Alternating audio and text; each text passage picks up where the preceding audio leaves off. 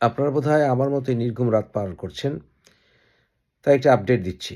জরুরি আপডেট হচ্ছে সেনাবাহিনীর প্রধান ওয়াকার এবং বাকি সব মিলিয়ে যারা ৩ বাহিনীর প্রধান সহ সরকারের ভেতরে একটি টানাপোড়েন চলছে এবং সেখানে ডিজিএফআই, এনএসআই এরা সবাই ইনভলভড।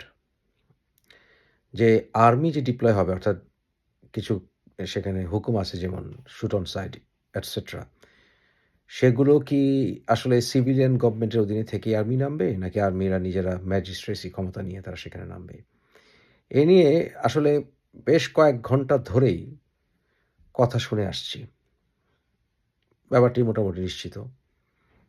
যদি আর্মি নিজস্ব ক্ষমতা নিয়ে সেখানে নামে, অর্থাৎ ম্যাজিস্ট্রেসি ক্ষমতা নিয়ে সেখানে নামে, দ্যাট মিনস সরকার পতনের রাস্তা সুগম। আর যদি সিভিল অ্যাডমিনিস্ট্রেশনের অধীনে নামে, তাহলে সেখানে হাসিনা আবার টিকে যেতে পারে। অর্থাৎ টিকে যেতে পারে বলতে কিছু সময়।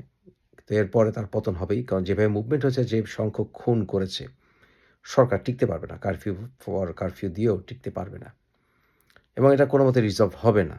এটা ভয়ংকর আকার ধারণ করতেই থাকবে। সব মিলিয়ে আসলে এখন আর্মি সিভিলিয়ান অ্যাডমিনিস্ট্রেশন আন্ডারে বোধহয় থাকবে না এবং এমার্জেন্সি ঘোষণা হতে পারে। এই সকল কিছু মিলিয়ে সামনে দেখা যাক কি হয়।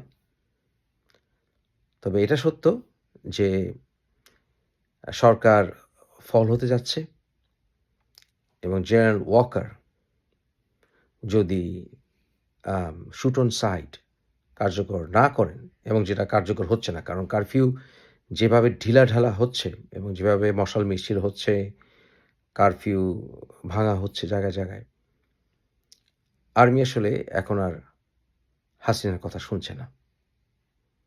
Good news.